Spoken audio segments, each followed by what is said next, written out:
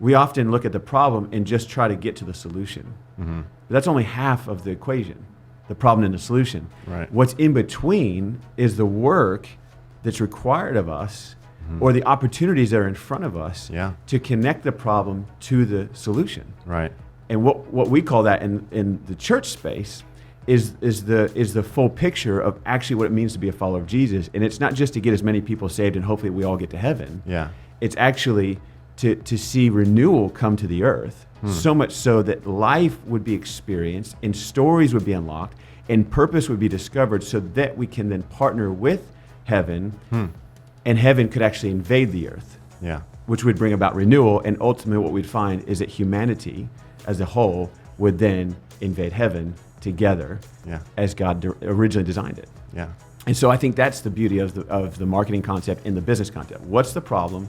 What's the solution? And what are the stories along the way that are going to help lead your customer to the solution? Right. That's what unlocks people, is stories, right? We can come up with 100 different buzzwords and they will work. Yeah. But ultimately, at the end of the day, I could tell you a story that's honest, that's real and sincere, that was met with a problem and was connected to the solution. And ultimately, what's that going to do? Yeah. Man. Wow, now I get it. I want that. I want that product, or I want to experience that in my life. Sure. Or, man, I can't wait to go out and buy that vehicle. Man, cars are great at it now. Like car sales, good companies. You see it all across the TV. They're putting stories into cars. Yeah. And sometimes you don't even know it's a car ad until the end, and Matthew McConaughey comes on and reveals his face, and all of a sudden you're just like, oh, it's a Lincoln. Yeah, it's a Lincoln. Yeah, exactly. All right. I mean, know at that point, but you just were so pulled in. Publix, brilliant at that. Yeah. Just connecting you with the story of family around the table. And then all of a sudden you're like, babe, we're going to Publix. We're going to buy everything they've got because I want that to be my table. Because you see yourself in that table. You see your family. You desire for that. So if you don't have that, now you've seen Publix display what it looks like to have an intimate relationship around the table and have a meal with one another.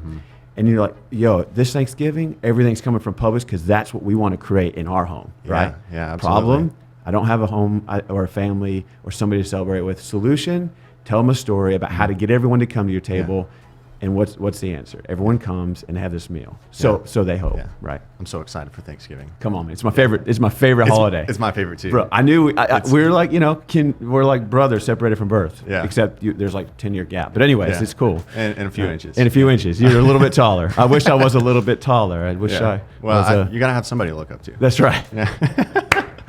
Oh, so good. No, man. I do. I'm inspired by you. No. I'm inspired by you. That's awesome. I can't wait to. My girlfriend is actually coming with us to our Thanksgiving. We split. We either go to Alabama with my uncle's farm, or we go to Virginia. Yeah. And my other uncle has a bunch of property up there. But trying to figure out what we're going to cook and go up there. It's our excuse to pretend to be rednecks. For a whole day. And just eat as much food as you possibly can, and then sit by a fire. Was there like a checklist for that to qualify you? Like, I drive a truck. Check. Of long hair. Yeah. Is that even? I don't know if that fits in the conversation or not. I don't know if that fits. Maybe. But like, could be. A pair of cowboy boots. Cowboy boots. Okay. Yeah. Check. Yeah. Gotta have a shotgun because I think my mom. I just walked through the garage and she bought. Let's see, like 12 boxes of 80 clays. Yeah. So, I mean, my shoulder is for sure going to be sore. Okay. And do you have a gun rack?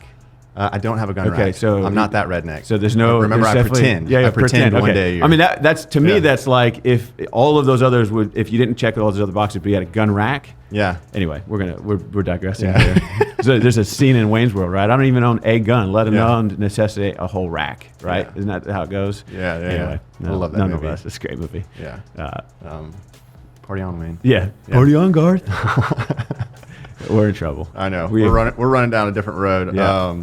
But to go back to your analogy of a car, I was actually talking to somebody the other day who's from Colorado. You're from Colorado. I am, originally, yeah. She came down here and she goes, there's something weird about the South. You guys just talk in similes and metaphors. So I'm going to speak to that and using the metaphor of the car analogy is connecting the problem and the solution. And I learned this the other day is you don't really change people. Right. You can help them discover yes. what it is that you're trying to help them get into. Yeah, or solve. So the road between the problem and the solution is already there. Right. The marketing is how you help discover that road. Yeah. Yeah. And so how you portray it, Right. what story you tell to make it connect, to Yeah. get them to turn left at the fork and Right. go down the correct versus going the wrong way, and you're like, oh my gosh, I don't know where I'm at. Yeah.